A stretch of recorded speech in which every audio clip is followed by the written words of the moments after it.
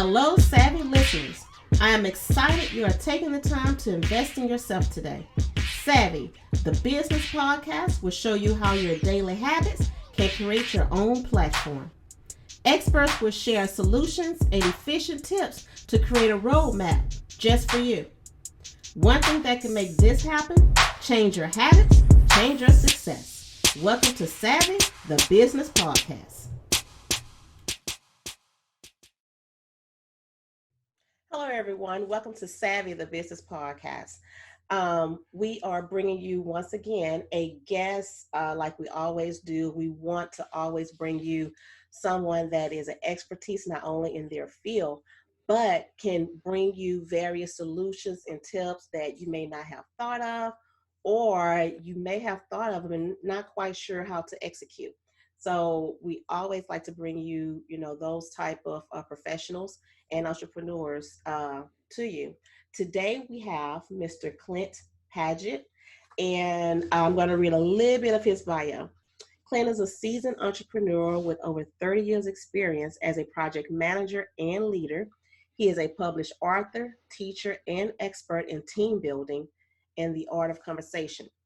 Since joining PSI in '94, Clint has been helping leaders and their teams implement repeatable, sustainable strategies to deliver high-stakes projects on time, on target. Clint's vast level of experience position him reshape the landscape of project management to better reflect today's new business models.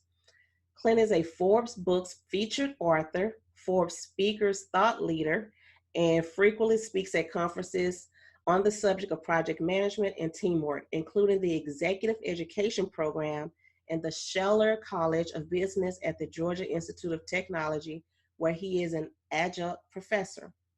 Clint's first book, Project Success Method, is a unique, proven, and fire-tested methodology which allows companies, groups, and managers to learn and develop consistency in the way they plan, schedule, manage, control, and close out projects on time, per spec, and within budget in as little as 5 days.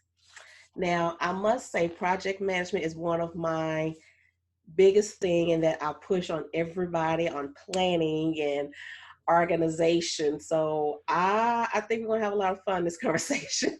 That was good. So tell us a little bit about, we know you have the experience, but what sparked you to say, okay, let me hone in on project management? Well, I'm a former Coca-Cola employee, and we had some projects early in my career that did not go very well. In fact, one of them that went so poorly that my boss's boss, the engineering manager, got fired.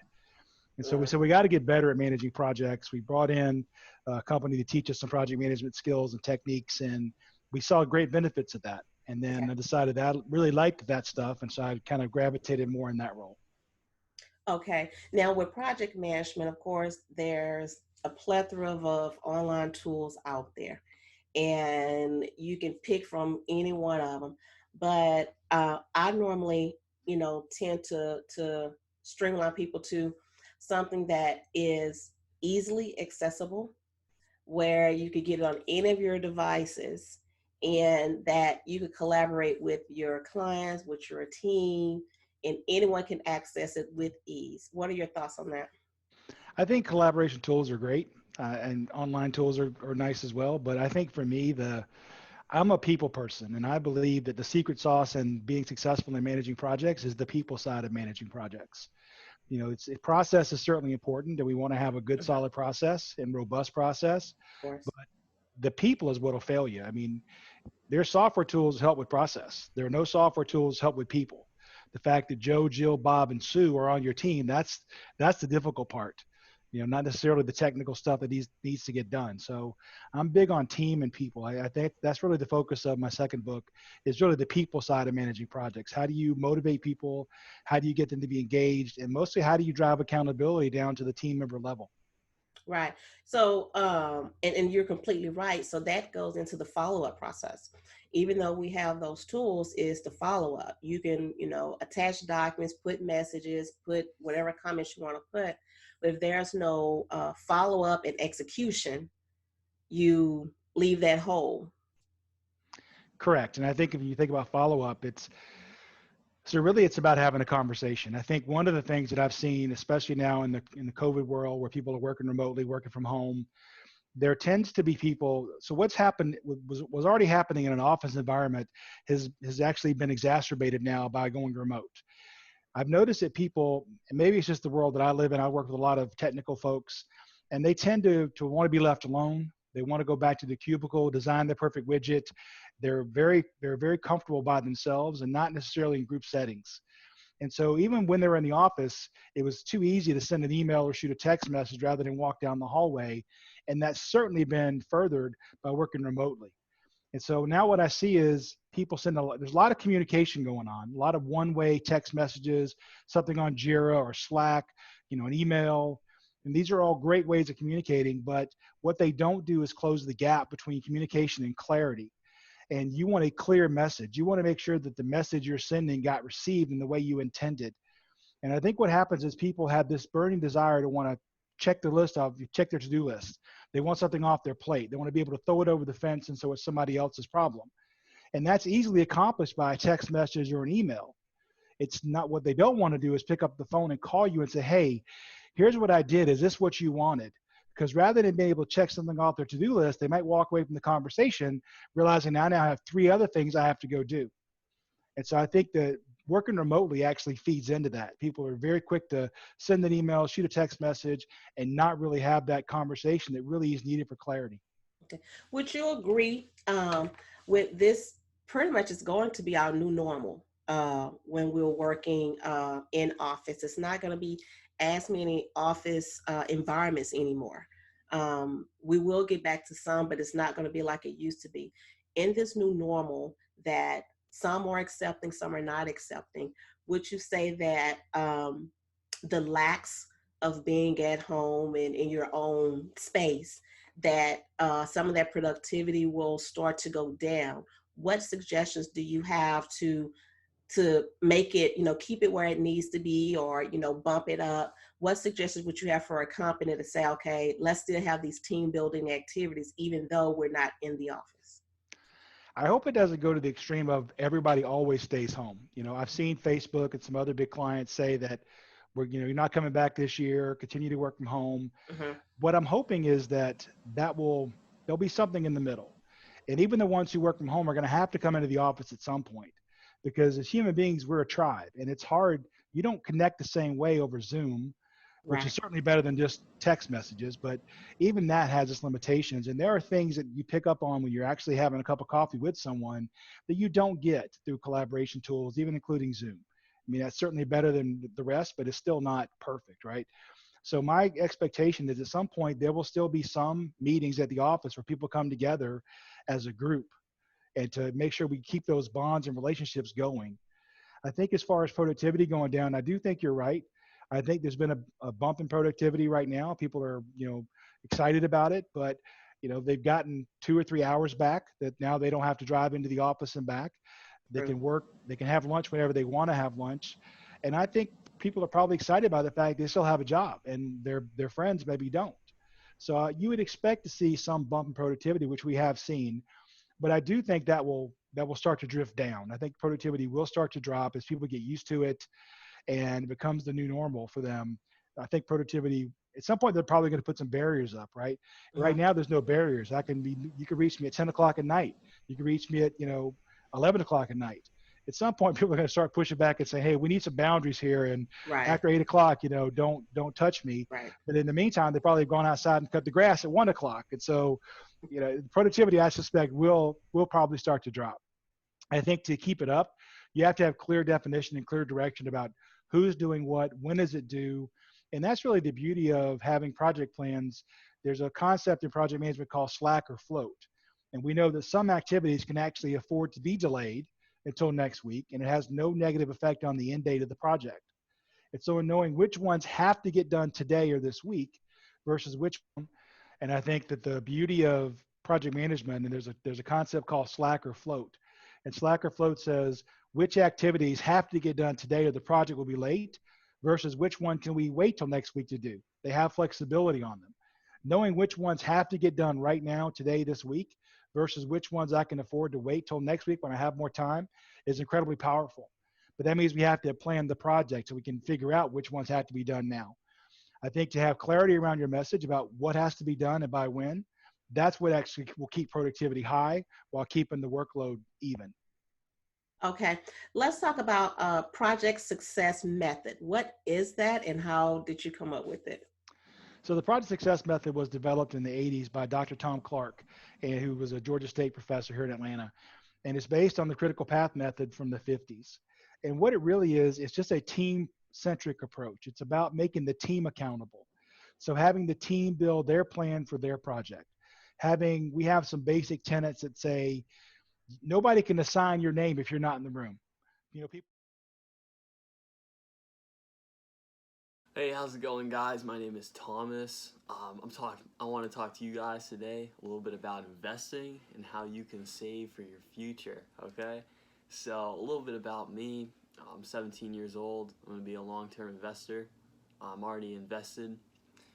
I've been doing some research over the past couple of months, and I've been learning how to invest in the stock market for the long term. And over those past couple of months, I've been building my Instagram, where I give investing tips and I make daily videos about investing. I make those as well for YouTube as well. So I wanted to talk to you guys about investing because from what I've found, a lot of people will ask me like, how'd you get into investing at such a young age? And what I really think about it is investing is a skill like any other skill, all right? A lot of people really understand digital marketing or really understand something that's they're passionate about, that they're trying to do for their career. All right, investing is a skill like any other skill, and by learning kind of the steps and how you do it, you can get really good at it. And I think you guys should check out my page if you guys are looking to invest. If you have investing questions, because I can really simplify investing for you guys. It isn't a difficult thing if you understand it, and there are some really easy ways that even people who don't really like investing can invest for their future in the stock market. So if you guys are interested in that, please DM me on Instagram at GetRichWithRichmond. You guys can watch my content on YouTube, on Instagram, and I'd love to connect with you guys. So, thank you.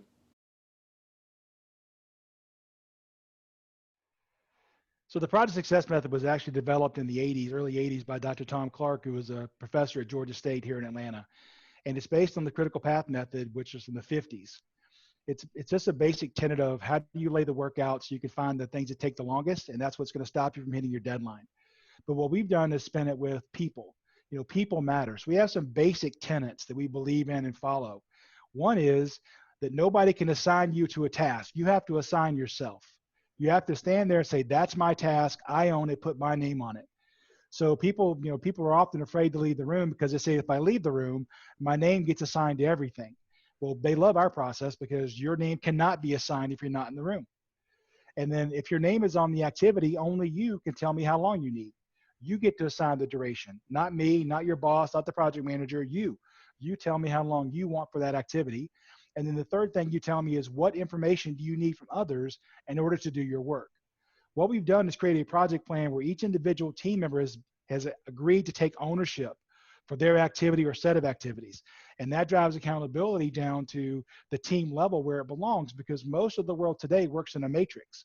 And in a matrix, for my pay raises, my job reviews, my promotions, I report to my functional manager. And then I'm dotted line over to the project manager. And I'm also dotted line to 5 other projects. So not only as a project manager in that organization do I not have the ability to control the people on my team, I can't make them do the work. I'm competing for their time with 5 other teams, 5 other projects. And so the only way to be successful in that kind of an organization, which most of the world is to have accountability at the team member level. And so that's really what the project success method does. It takes accountability and makes it team-centric, team-focused, and forces people to collaborate. Let's take it, the notch up. And yes, it's the team that's a part of the project, but what about the team leader or the team owner? How can a team member approach that leader and say, like you say, if you're not in the room, your name is not going to go in the bucket. But there are times which we both know that your name is going to go in that bucket, whether you're in the room or not, because we may say, oh, well, this person is stronger in this, skill set, so let's put them there. We'll call and tell them about it later. That happens, quite a bit. So what suggestions would you have for a team member to suggest that to a leader, and for a leader to be able to listen and understand what that member is saying?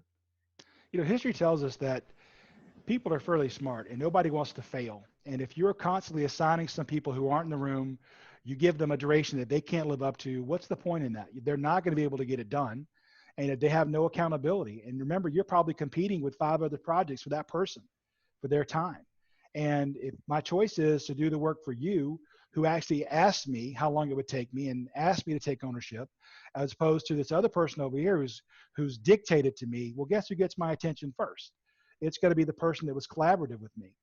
And I think as a team member, as a team owner rather, what's the point in that? To me, you need to be inclusive, because since you can't make them do it, they have to have their own accountability. And we know what drives accountability is having them. So having them take ownership for it. So what we always do, if the team member's not in the room, let's say that you are the expert in this topic, and this is definitely your job to go do this task, but you're not in the room, then what we do is we put the project manager's name on it as the temporary owner of the task, and it's their job to do one of two things. Either go get you so that you agree to take ownership for the task, or they can be what we call the task owner, and they're going to leverage you as a resource. So they're going to take ownership and responsibility for getting the task done, but you're going to be the one who actually does the work as the resource. They're going to work with you to make sure that happens. So that's what you really want, because if you create an environment where people are going to lie to you, then nobody can trust your project plans, and that's not a sustainable model. I love that you said that, because it's some team owners, they're in that area of, well, I'm delegating and this is for you, but you don't understand the weight that you're putting on a person of tasks or projects that you may not be aware of, or you may think, oh, well, it's not that big of a deal, they can hurry up and run through this. And it may not be hard for that person, but it's just one of those time-consuming things that they may have to do. So something's going to get neglected, and that puts one of those projects, if not both, in a bad spot. Yeah, we have these conversations all the time with people, and somebody will say, well, they give me 5 days for that task. And the other person goes, oh my God, 5 days? That's like 6 hours. Where do you get 5 days from? Yeah. And then you have to explain, well, I have 4 other projects going on right now. I'm working on putting out this customer fire for my boss. I've got my kids sick at home. I can't be here all the time. I've got 3 other things I'm doing, and I got jury duty this week. There's no way. Yeah, it's 6 hours of my time, but it's going to take me 5 days to find those 6 hours. And those conversations have to happen. Keep is a little bit like a tree. Ready? Okay. You plant it in the ground, things grow out of it, and you get all these benefits. Keep might be a superhero that comes in and helps you when you're just at that point of frustration. Small businesses are the heroes. Keep's the sidekick, comes along and helps you in your crusades. Keep would be an octopus because it's got all those arms and it can keep track of so many different things for you if you trained the octopus. Keep is a fantastic product that helps small businesses grow. Keep is CRM, sales and marketing automation for small businesses. CRM stands for Customer Relationship Management. The CRM helps you to manage that relationship. We've given them one place for their sales, their marketing, their payments. One arm could be, calling your customers. One arm could be texting them. The typical day without Keep is chaos. It is certainly chaos. It's the 4 Excel spreadsheets I have open on my laptop. It's the 15 sticky notes I have stuck to my desk. Did I call this person back? Did I reach back out? Did I send an email? Which Post-it note comes first? Which notebook comes first? It all starts with getting organized and calming down that chaos. Another arm could be sending emails to them. One arm could be writing down information about your clients. Keep controls the chaos that every small business owner faces every day. The coolest thing about Keep as a product right now is the Keep business line. The appointments feature. automation. The coolest thing about Keep as a product is having one system to grow your business. Another arm could be putting an appointment on a calendar, and another arm could be sending a quote to a client. I don't know. How many? That's a lot. Maybe it's a squid. Maybe keeps a squid. I don't know.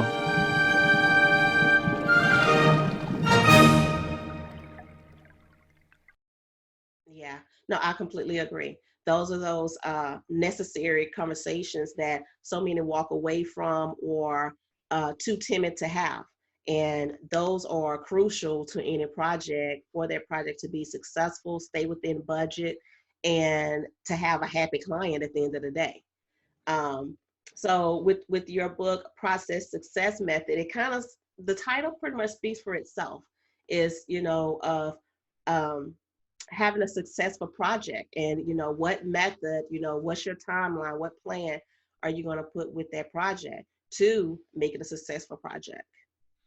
Yeah, we've been using this process for almost 40 years, and our clients love it.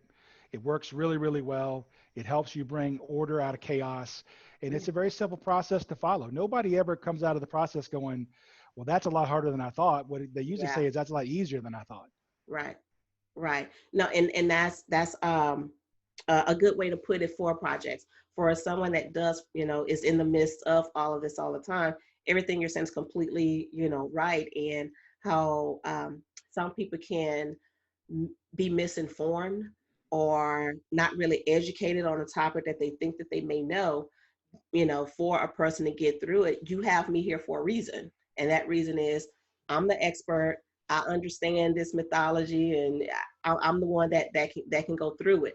So those are some of the things that, you know, we forget about, and that we have to be, you know, make ourselves aware of.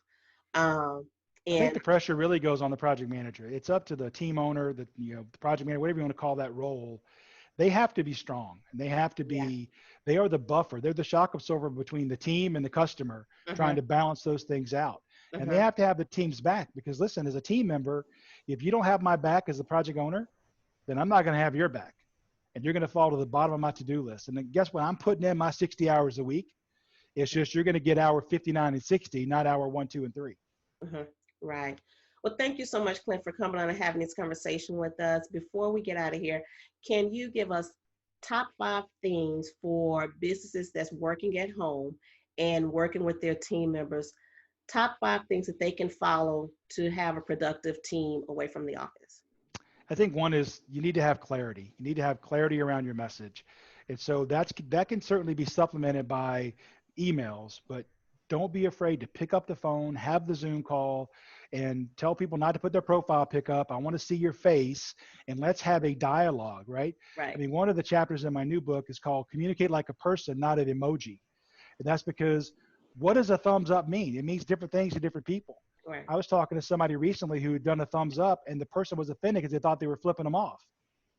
Right? And so be clear in your message. And the way to be clear is have a conversation, not just a one-way dialogue. So that's the most important thing. That gets sprinkled throughout. You want to be clear around the scope of the project. You want to be clear around who owns what. So be clarity around your message. The second thing around clarity would be clear around who owns the task. Make sure that you let the team member select themselves as the owner. And then you let them pick their duration and their predecessors, because now they're going to own it. But also be clear around the fact they can change it later. If they give you 5 days this week, but then that task is a month from now and they end up in jury duty that week, then they need to adjust their duration. So be clear around that and be flexible. The third thing I would say is create an environment where people are not afraid to tell you the truth.